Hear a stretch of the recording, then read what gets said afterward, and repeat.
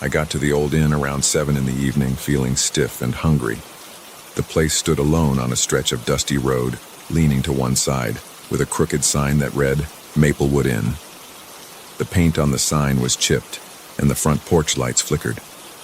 I was tired from driving all day, and all I wanted was a warm meal and a place to sleep.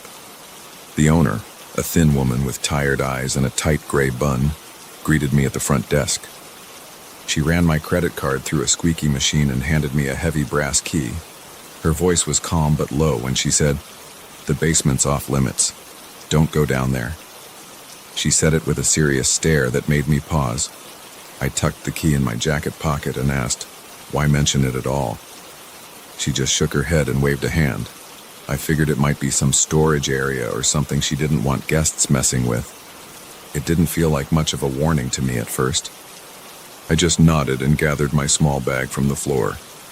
I went up the worn wooden stairs. Each step creaked under my weight. The place smelled like old wallpaper, dusty carpet, and something stale in the air. The door to my room stuck a little, so I had to shove it open with my shoulder. Inside, the room felt simple and outdated. There was a single bed with a thin gray blanket, a wooden dresser with chipped corners, and a small lamp on a nightstand. I could see the road through a narrow window. The overhead light gave off a weak yellow glow that flickered occasionally. I dropped my bag on the bed and let out a sigh. A few minutes later, I made my way to the dining area. It was a dim space with a low ceiling and a row of tables covered in plastic cloths.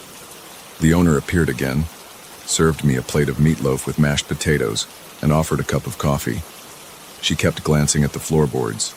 It was hard not to notice. Once in a while, I thought I heard a soft thump.